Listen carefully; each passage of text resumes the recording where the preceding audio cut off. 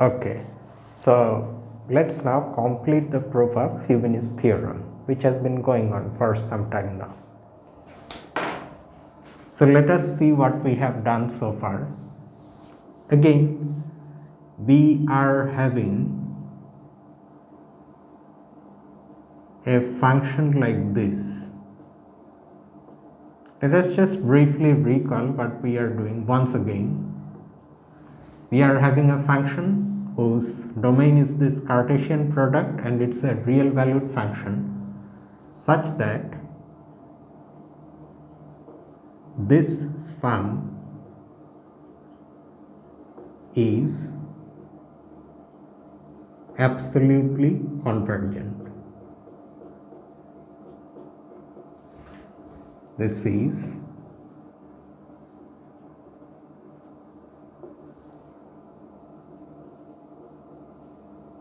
absolutely convergent. Now what we have done so far is we have proved this. If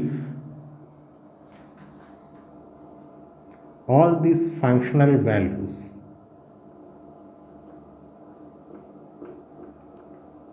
are non-negative, then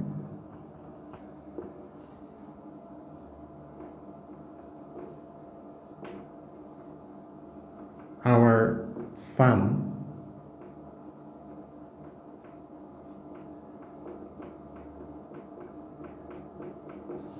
is equal to, let me write it below,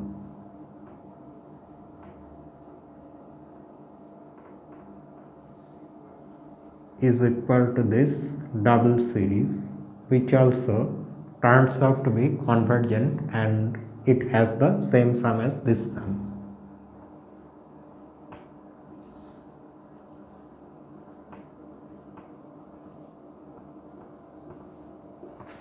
We proved this in the previous video. So let's now continue. Okay, so after that what comes? After that what comes is this. Now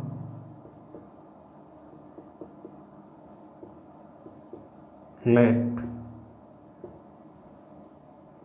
the functional values be all non-positive. The hypothesis is still same, that this is still given to be absolutely convergent. Then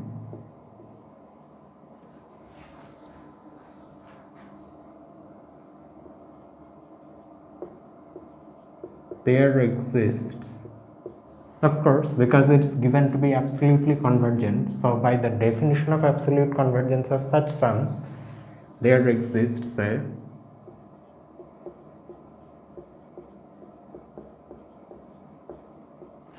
bijection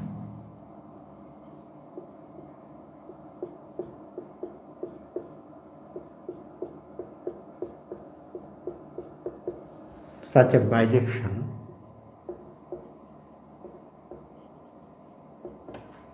such that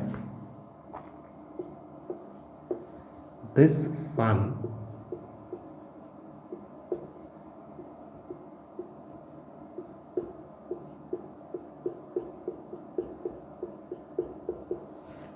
has the value which is also the sum of this infinite series, and which is in fact itself absolutely convergent. Okay, so that comes from the definition of this, such a sum being absolutely convergent. And now we have with us the result that we want to prove when the terms are non-negative, but now the terms are given to be non-positive. So by the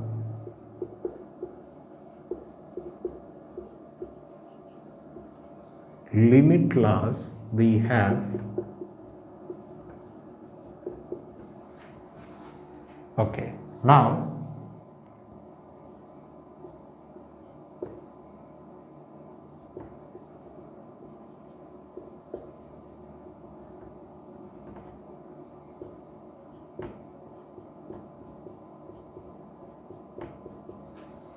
this so again we are going to start with this, and let's see what we can do about this non-positivity.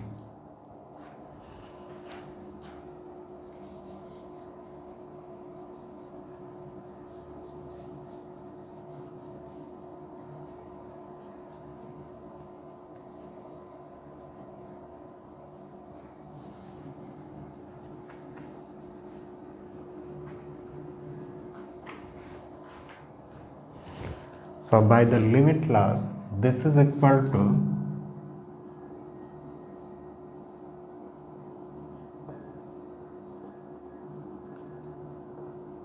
actually in this step we are not using any of the limit laws because it's just simply this.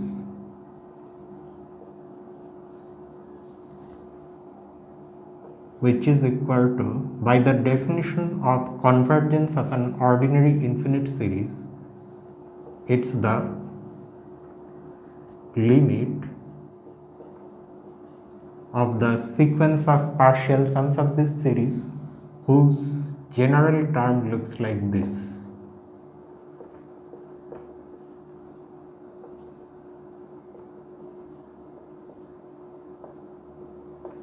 This is also just simply coming from the definition of convergence of this series. Still no limit law has been used.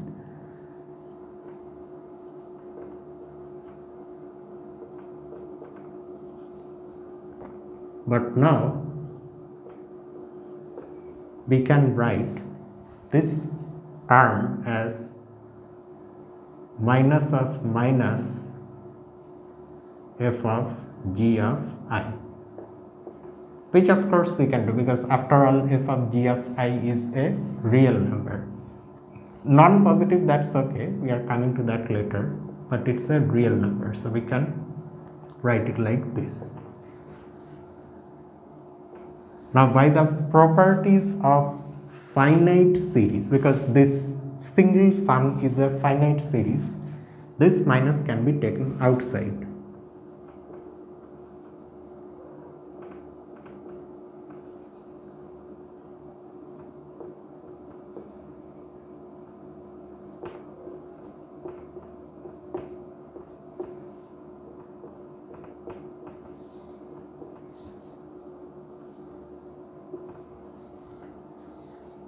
Which if you want you can give reference to the actual proposition number or theorem number or the part of the theorem where we have this have the liberty to do this.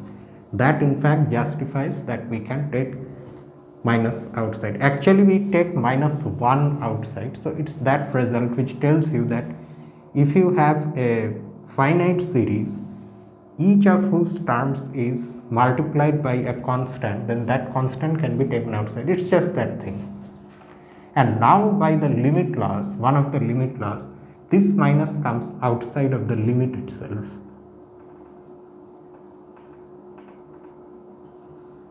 So this is where actually we use one of the limit laws. And the limit laws, if I am remembering correctly, it's theorem 3619, something like that, or proposition 3619. I remember the number, but I don't remember whether it was a theorem or proposition. You can find it. By limit laws, we mean the limit laws for sequences of real numbers. It's in that sequence chapter. Okay. So taking this calculation further, we then get what?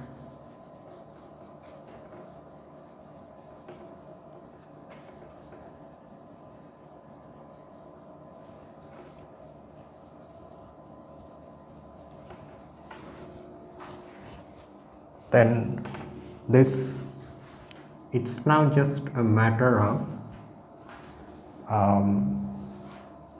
writing this thing again in terms of the older, the way we started with this and then we moved like this, now we have to do the opposite.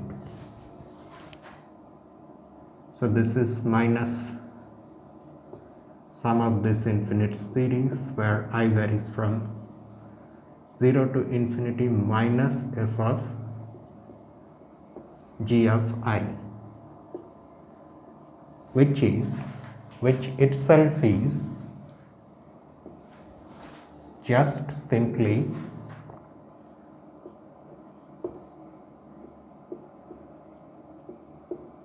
this infinite sum.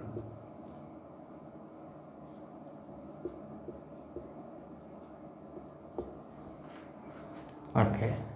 Now note, perhaps I should put another bracket here in order to show that this is the general term in the sum. Here also and here also. Now keep in mind that it was given as hypothesis that this series is absolutely convergent.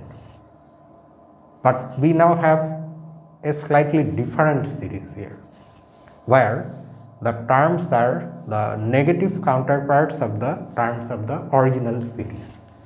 Is this series convergent, absolutely convergent? Yes, we do not have to worry about that. That's because the limit laws, or rather this particular limit law has taken care of that.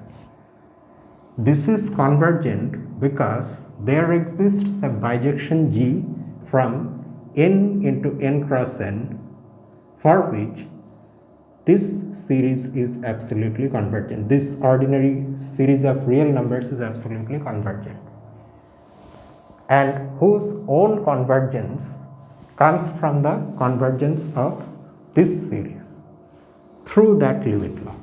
So that's why there is no problem. This series, I mean, if you ignore the minus sign, is actually absolutely convergent, and its sum is the negative of the sum of this original series. But now see what we have. Here all the fn comma m's are less than or equal to 0. But because we have a minus sign, this has become a series that is absolutely convergent, and its terms are non-negative real numbers. And for such a series, we have already proved Fubini's theorem in the previous video. So now we can, okay, let me just stop it here itself and then write, this shows in particular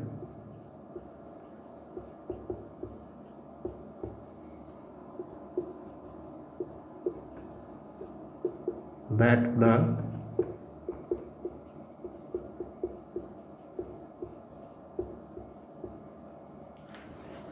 infinite sum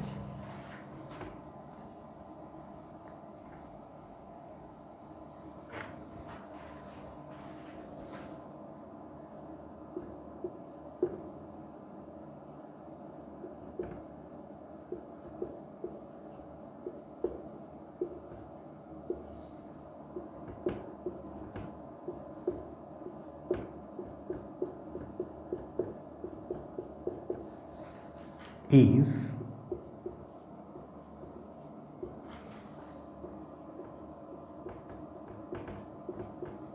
absolutely convergent, and that when you take into account that and the fact that we have already proved Fubini's theorem for this kind of series, now we can write that expression involving two sums directly from here. So by the case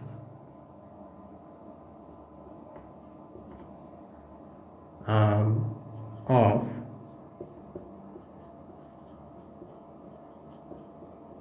Fubini's theorem,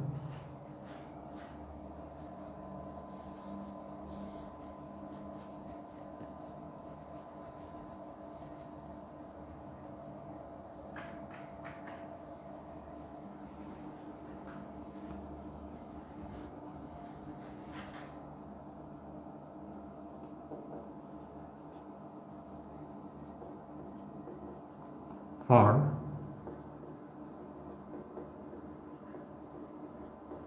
infinite sums, absolutely convergent sums, of course, that is understood, of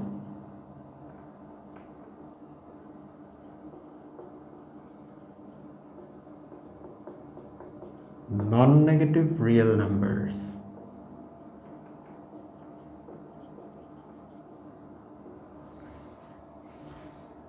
that we have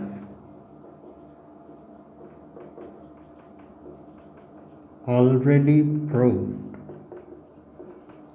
above. Above means the proof is ongoing, so above means in the previous video. We have the original series, that is this thing,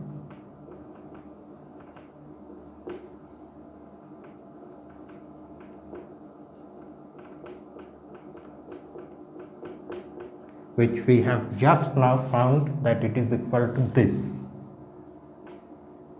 minus of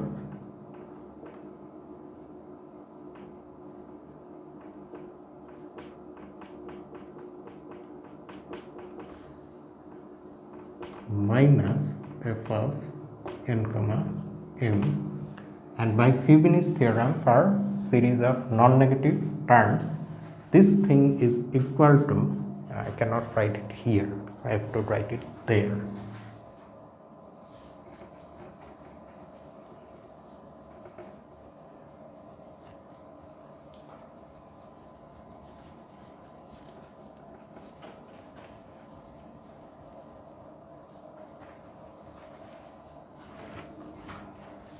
This thing is equal to minus summation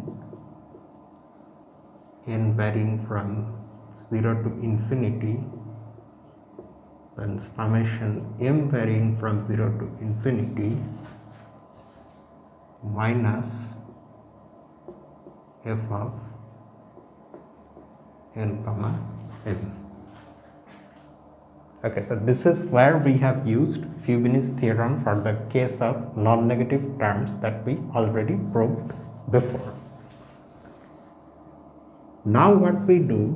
Now we do what needs to be done to push this minus inside. Okay, so we are now going to write the actual meanings of this infinite series. They are, after all, limits of their respective partial sums, sequences of partial sums. So for example, the outer one can be written as this limit,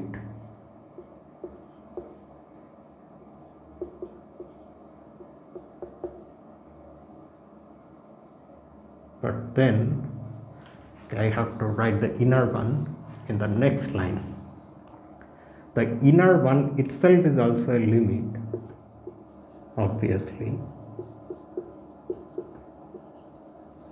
of a sequence of partial sums whose general term looks like this, and I have to be extra careful with the brackets in order to see that this minus is really outside of everything. If you want, you can place another set of brackets. Okay, now again, by the limit laws, by that particular limit law, first of all the minus goes inside this limit.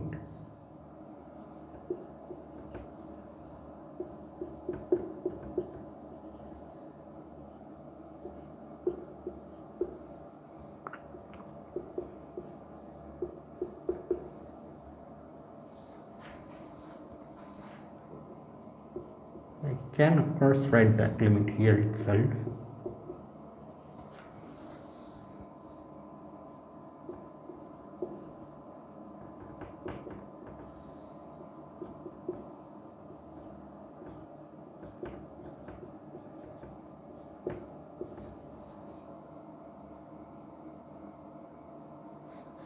Okay. Mm.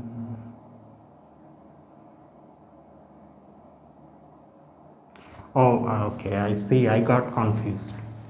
I was thinking why I haven't put any g of I here, but it's not a single series, it's a series of series, so the inside is okay, fine, there is no problem.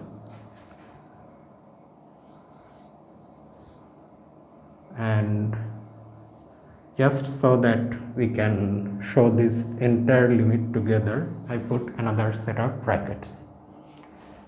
Okay, so this one, then these two, and inside of course we also have this. Now this minus goes inside this sum, because that's what happens in a finite sum. It's very easy to get impatient here and skip steps to push the minus all the way absolutely inside and cancel this minus and that minus. But no matter how tempted you are to do that, it's always I would prefer to go slow and take each step seriously. So in the next step, because it's fairly complicated, the situation is,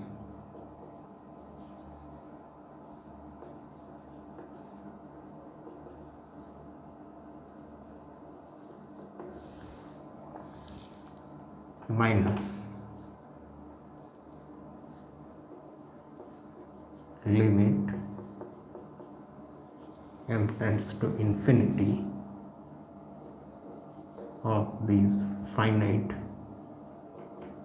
series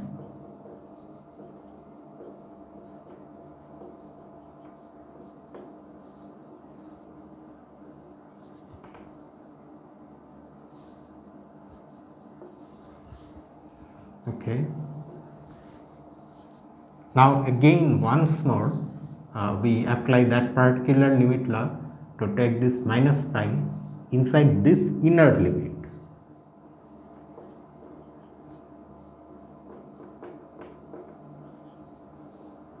And all of these things usually will be done just instantly in one step, because all these steps, someone who is well versed with these things will do it in their mind.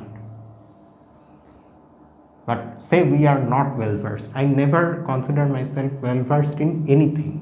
Okay, so I take everything quite seriously, as if I am looking at it for the first time.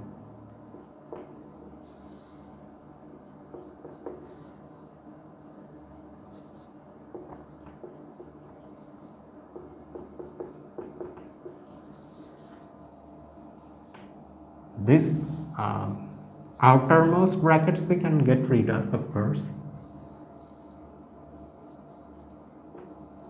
That is really not needed anymore.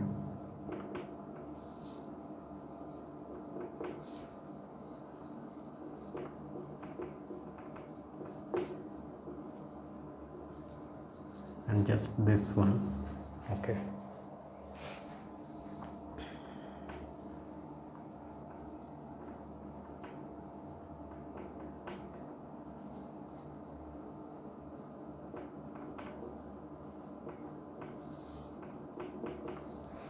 And then finally this minus goes inside by that property of finite series, and these two minuses cancel out, they cancel each other out, and we are left with this limit. Let me put this bracket.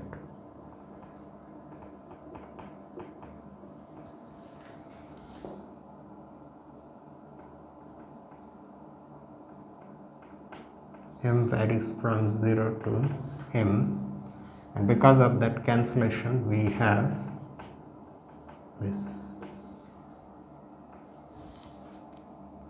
and which is finally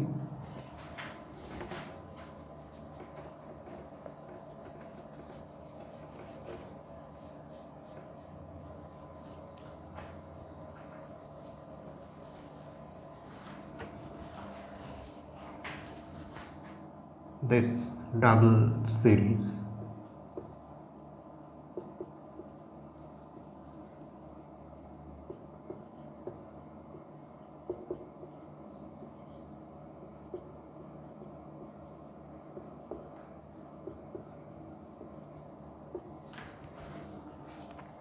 So what have we achieved? We have once again actually proved Fubini's theorem, but this time the terms are non-positive. They are less than or equal to 0. Unlike the first case where they were greater than or equal to 0. Because if you remember, you do not have it here. Our calculation started with this. No?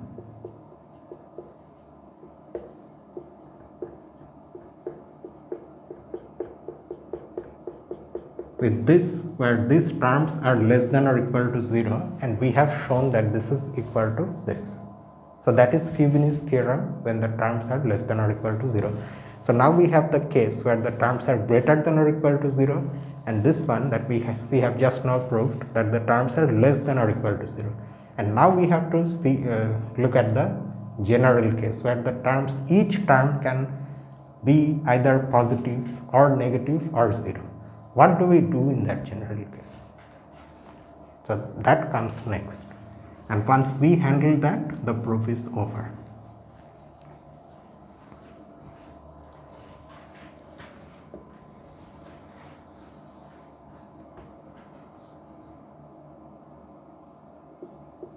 Now let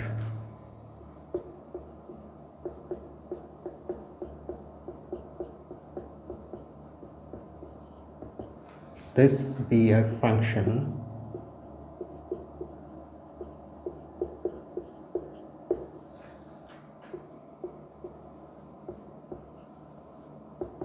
such that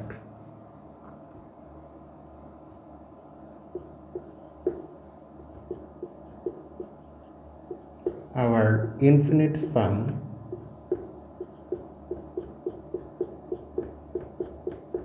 is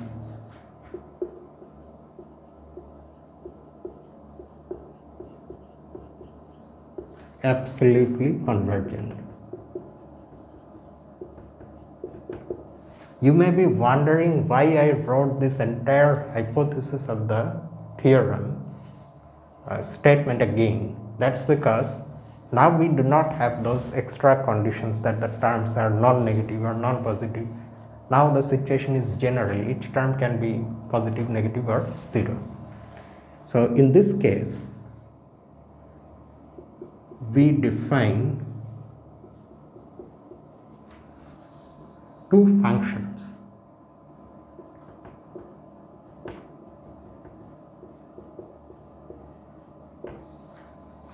One is f plus, which is like f, its domain is that Cartesian product, and it's also a real valued function, and another one is f suffix minus, f minus, which is also a function like that, as follows.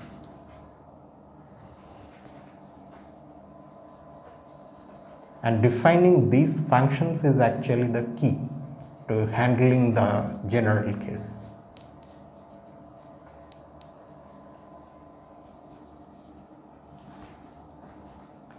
So f plus is defined like this. F plus at the ordered pair n comma m, it will be a partly defined function, will be equal to f n comma m itself, that is the value of f at that input, if f n comma m is non-negative and this function is defined to have value 0 if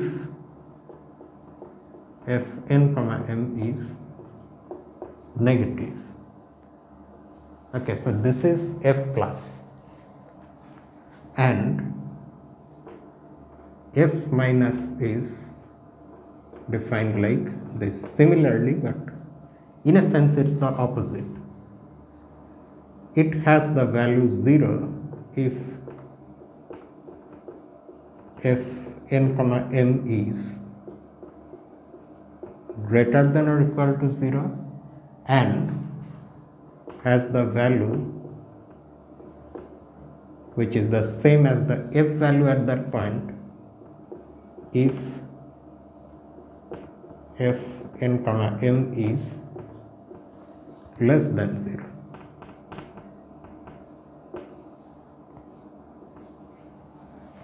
Okay. Now, because these functions, we have defined these functions, or rather the author has defined these functions, we need to first of all make sure that they are well defined, and this we have to do mentally because Tao does not bother about their well definedness. That is something that we just have to see for ourselves once we define something new. Not just functions, anything else you define, you have to make sure that it's a well defined concept and notion.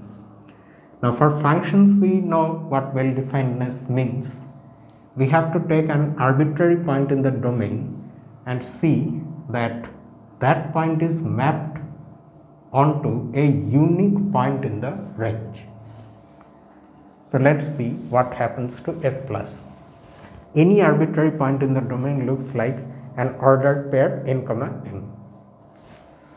So, for that n comma m, the f value can either be non-negative like in this condition or can be negative. Exactly one of these two things will happen. Say the value is non-negative. Then by the definition of f plus, its value is also the same of f, which itself is a unique real number, and that unique real number, that fact comes from the fact that f itself is a well defined function. But if the value is negative, then it is 0, which is also a unique real number. So f plus is well defined. Similarly, f minus is also well defined. Although the author has not mentioned it, but we write one line. Clearly, f plus and f minus are well defined.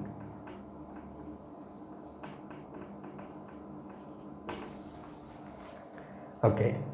Now, next we note some crucial properties of these functions that link them with the original function f. Note that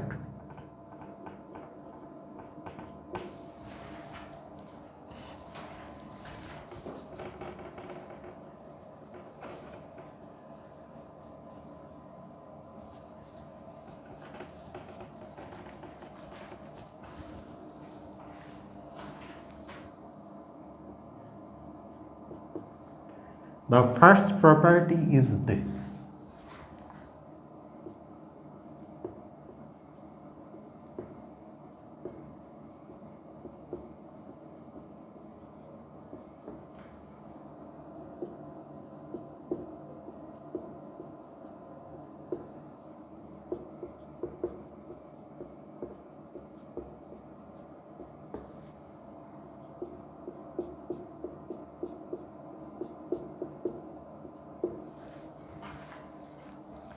That if we add the functions f plus and f minus, like how we normally add real valued functions pointwise, then we get f back. Is that really the case? And if so, how? So to see that, you just take an arbitrary point n comma m in the domain, and then you just look at these cases.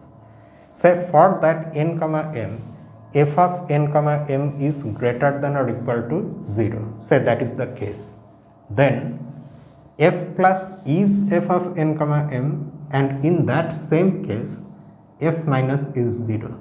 So this plus 0 is equal to f n comma m. Okay, fine. So we are getting what we have written here when f n comma m is non-negative. And if f n comma m is negative, then this becomes 0 and this becomes f. So again we are getting f. So irrespective of what the situation is, but which one among these two conditions is true, this equality is always true. And there are two inequalities. Also, the absolute value of f plus n comma m is less than or equal to the absolute value of f n m, and similarly the absolute value of this is less than or equal to the absolute value of the f value, again for all n and m in the Cartesian product.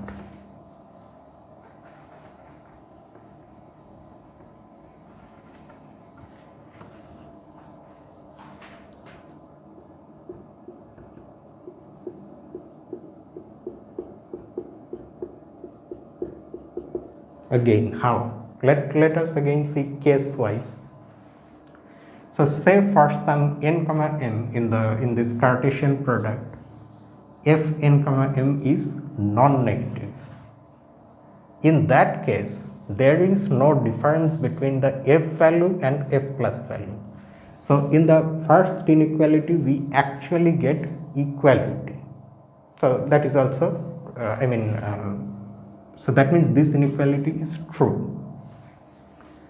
And what happens if f n comma m is less than 0? In that case, this absolute value, this is a negative real number, so the absolute value is a positive real number.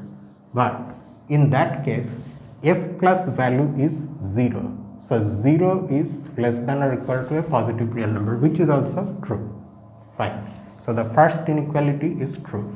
What about the second one? In the second one, if just like that, f n comma m is non-negative, then this is a non-negative real number, so its absolute value will be just simply f n comma m itself.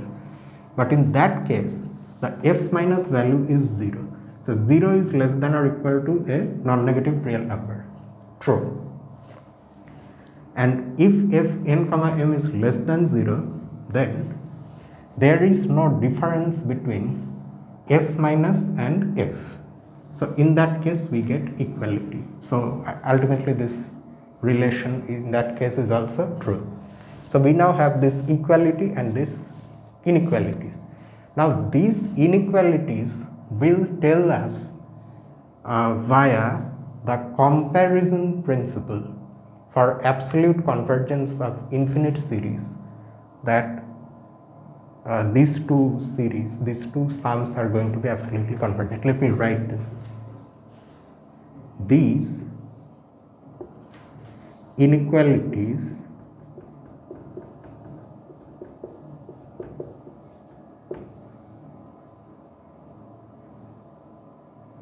how should I write it? These inequalities imply, but comparison principle, the actual corollary 732 imply due to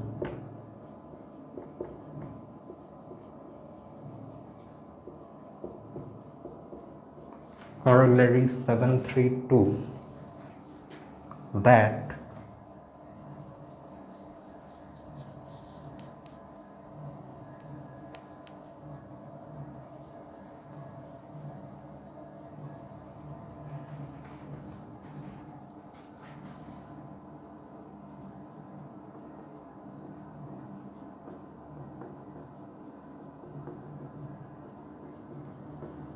the infinite sums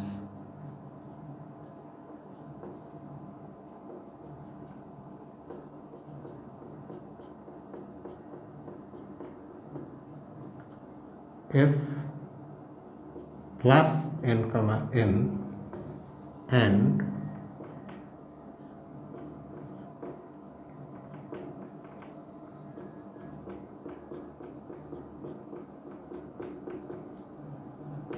f minus n comma n are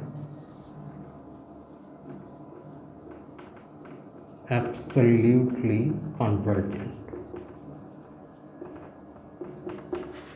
But that is just a statement, no? Exactly how? Let us see. So what is our hypothesis? Our hypothesis is that the original series having the f function values is absolutely convergent. Which means what? Which means that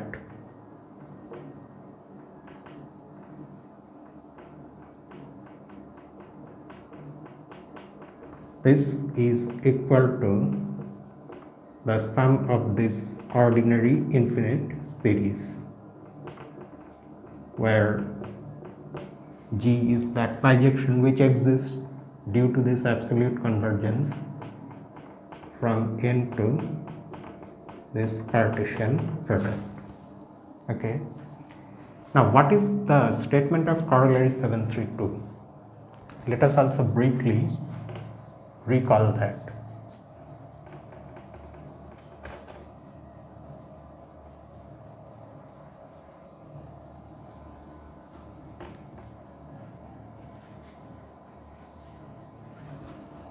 Corollary 732 says this.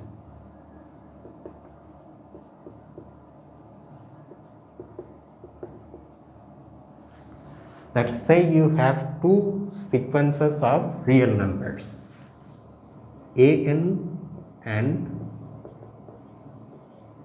bn,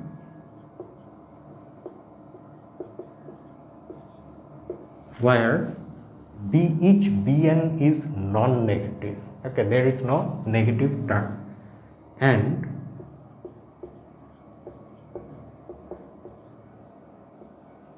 each bn is non-negative, and there are some inequalities. These inequalities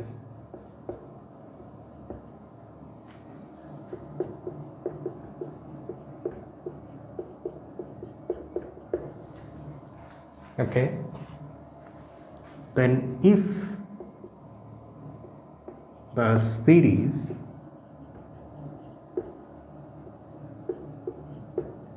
summation bn is convergent, then the series summation an is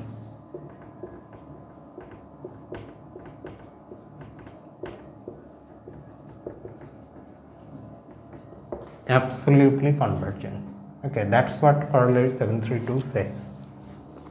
Now, how is how are we using this in this situation? We have this thing and we are suddenly saying that this corollary implies that these sums are also absolutely convergent. Now, you have seen the corollary, so I can erase this part. We just need these inequalities. Now, in place of, but before I erase the statement, in place of these inequalities, now what is it that we have? We are given this, no?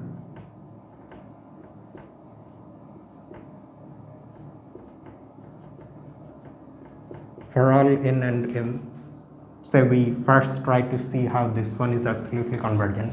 So this is given, but if I use the G in order to write these ordered pairs as G values, then these inequalities are just simply this. Where do I write?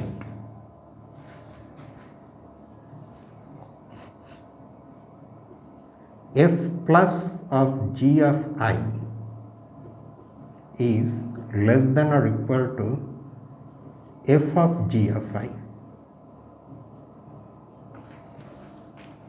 Absolute value of f plus of g of I, because these g of i's are nothing but these things. That's why that bijection is there. So that is less than or equal to the absolute value of f of g of I.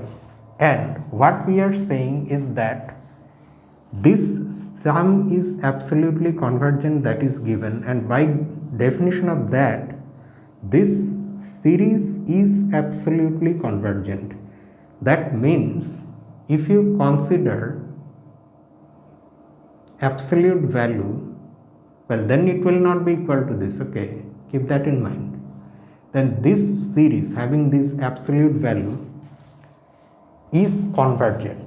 That's what the original series without the absolute value bars being absolutely convergent means. That means this series with the bars is convergent.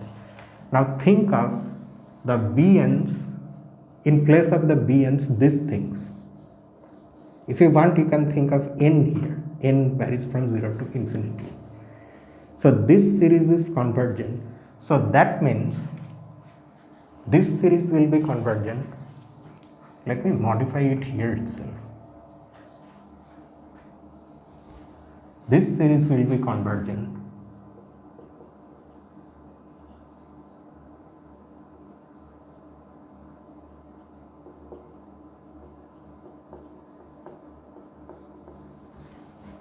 Okay. And in fact, without saying this, we can just simply say that this series will be absolutely convergent. Right. Now, just like you have a definition of this sum as just simply this series without the absolute value, for which there is a bijection G, but then you have found a bijection G which is of course the same bijection for which this series is absolutely convergent. So that just tells us what? Again, by the definition of convergence or absolute convergence of this type of sums, our original sum is absolutely convergent, that is this one.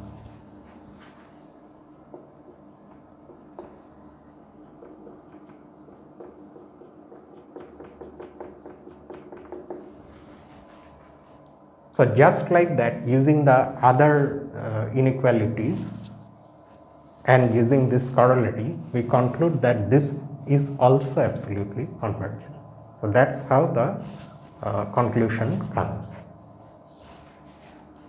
Now we go forward from here.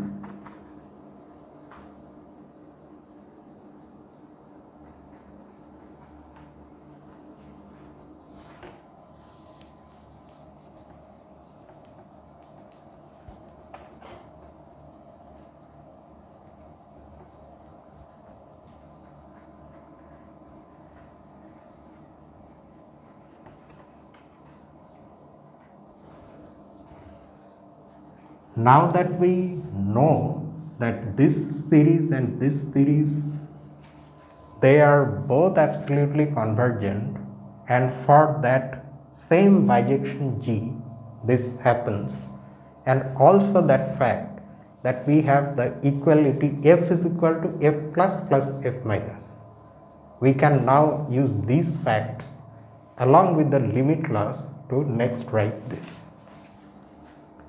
So, by the limit laws, we have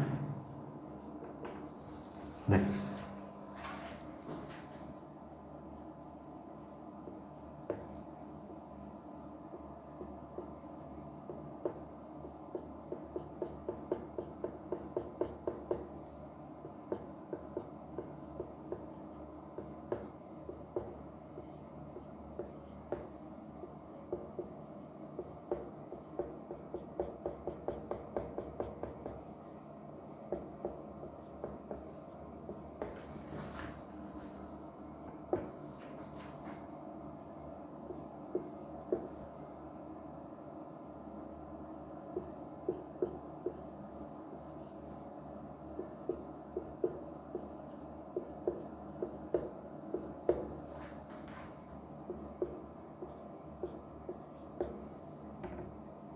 Oh, sorry, not by the limit laws. No, no, no. By the properties of infinite series.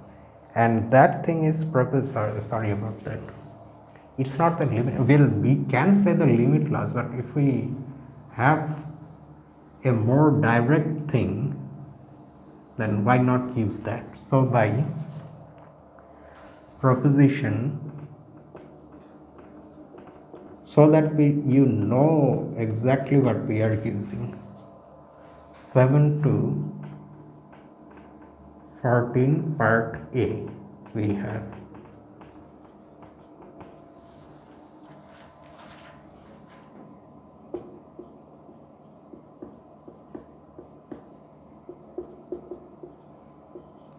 So it's in this part of the proposition we say that if you take the sum of two infinite series, both of which are convergent, then the sum is also a convergent infinite series, and the sum of this series is the sum of the original sums, I mean for the original series. And by that what we mean is that this is the sum of this series, this is the sum of this series, and that will be equal to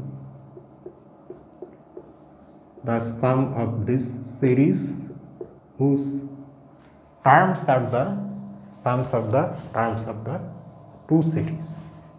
That is this 7 to 14 part A.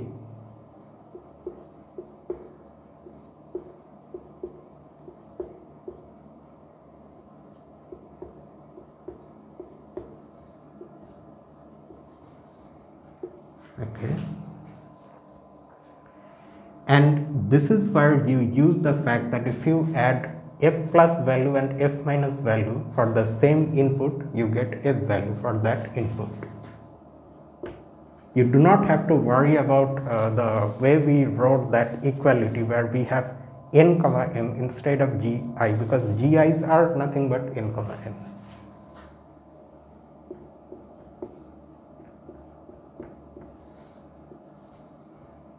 So this is f of g of I, and that in fact is nothing but our sum that we started everything with.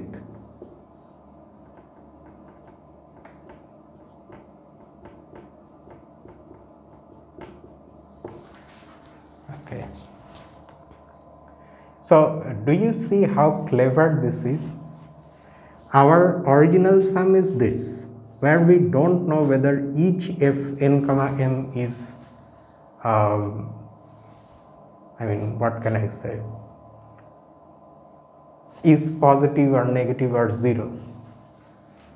Here however we can say something,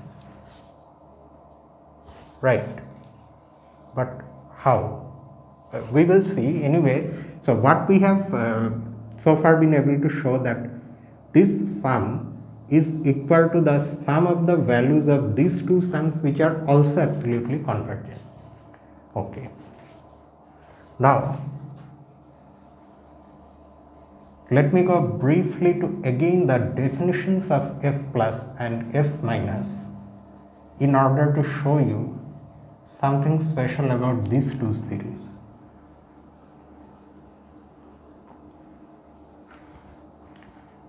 And what was our f plus? F plus was this when this is non-negative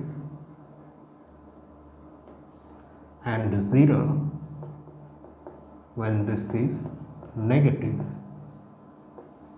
What about f minus?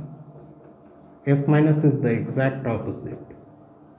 It is 0 when f of n comma m is non-negative and f of n comma m when it is negative. So do you see one thing about the nature, or rather more specifically the signs of f plus these values? f plus is defined to be the same as f when f is non-negative. So that means when this is the output, it's a non-negative real number, because it is in that case that we take this as output. That is our definition. Otherwise it is 0. So the f plus values are always greater than or equal to 0. They are non-negative. Whereas the exact opposite happens with f minus. In f minus, the values are either 0 or negative. So this is a sum where all the terms are non-negative, whereas this is a sum where all the terms are non-positive. And for both types of sums, we already have Fubini's theorem. So we are almost there. So just we need to write the final steps. So let's see. Hence, by what we have proved so far in this proof, we have okay, let's now go through the calculation. We are going to start with this one.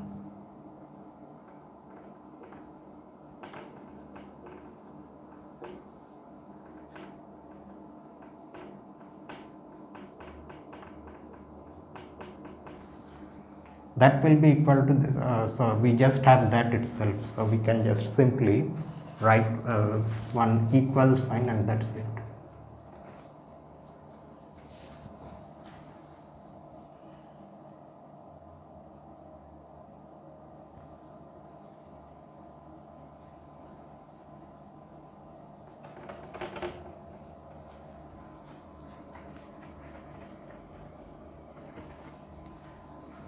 So if we write one equal sign here, then we are, we have this.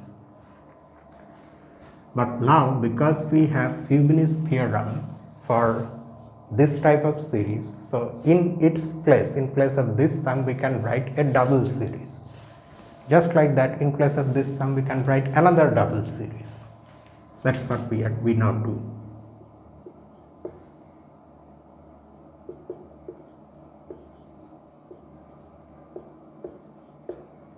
Summation m varying from 0 to infinity. Do not forget to write f plus.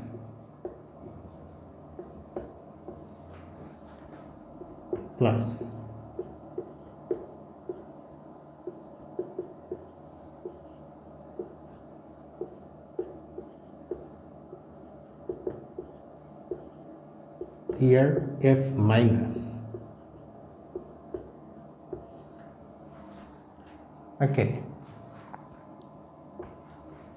Now these are ordinary series of real numbers, not some such sums over infinite set, just our ordinary series of real numbers. Say this outer series. So you see that you are looking at two convergent series. These are convergent after all, because these are convergent. So these are convergent by Fubini's theorem for that type of series. So here again you can use proposition, I keep forgetting these numbers, 7 to 14a, and write this as a single series like this.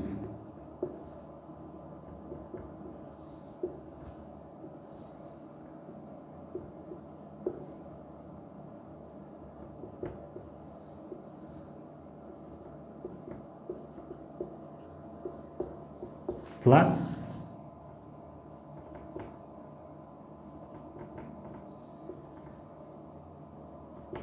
minus.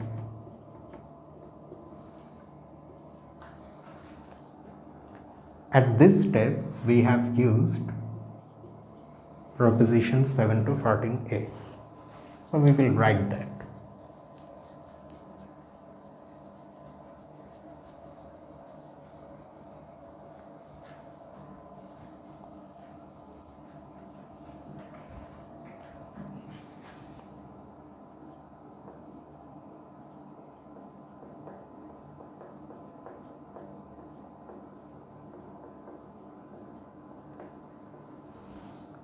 And we can do that same thing with this inner series as well, because they are also convergent. That is also a part of Fubini's statement.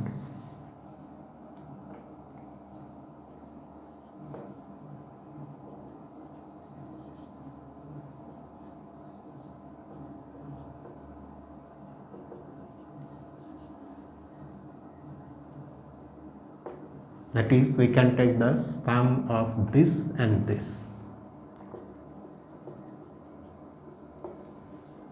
plus f minus of n comma n. Again, by just to be absolutely clear about what we are doing,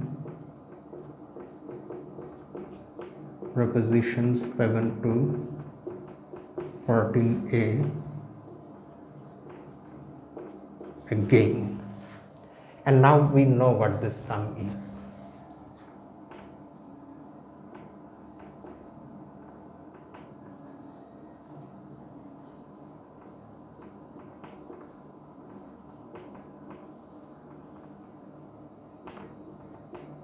And that sum is the original f value, and this is it. This is the that was the last step, because we started with our original sum where there was no sign restriction on these values f n comma m, and we somehow split the original sum into these two sums where we have those sign restrictions. Here they are non-negative, here they are non-positive. For them we already have proved Fubini's theorem, so we were able to combine them successfully and get the result for this general case, and that is the proof of Fubini's theorem. Now, having completed this proof, you now have Fubini's theorem at your disposal. But the problem is, in order to be able to apply this theorem, you should have the hypothesis, right? For example, such a sum should be absolutely convergent. Now, do you think that you will, if you are given such a sum, you will be able to find a bijection for which the corresponding infinite series is absolutely convergent? There are infinitely many bijections between n Cartesian product n and R. So, proving that there exists one for which such an absolute convergence of that series, which is linked with such a sum, it's nearly impossible. So, we really need to devise some other method for seeing whether this kind of sums are absolutely convergent. Some other characterization of absolute convergence which does not use the definition directly, and there is one such criterion which we will discuss about in the next analysis video. So I end things here itself tonight. So our next upload is this coming Tuesday. We have already again gone through calculus, no? So this Tuesday, let us go back to number theory, where we are, if I am remembering correctly, we are now solving exercises on Diophantine equations. So we will continue that. So that's just it. See you next Tuesday with Diophantine equation exercises. Until then, this is me, Lucifer, from a mathematical room. Have a nice night.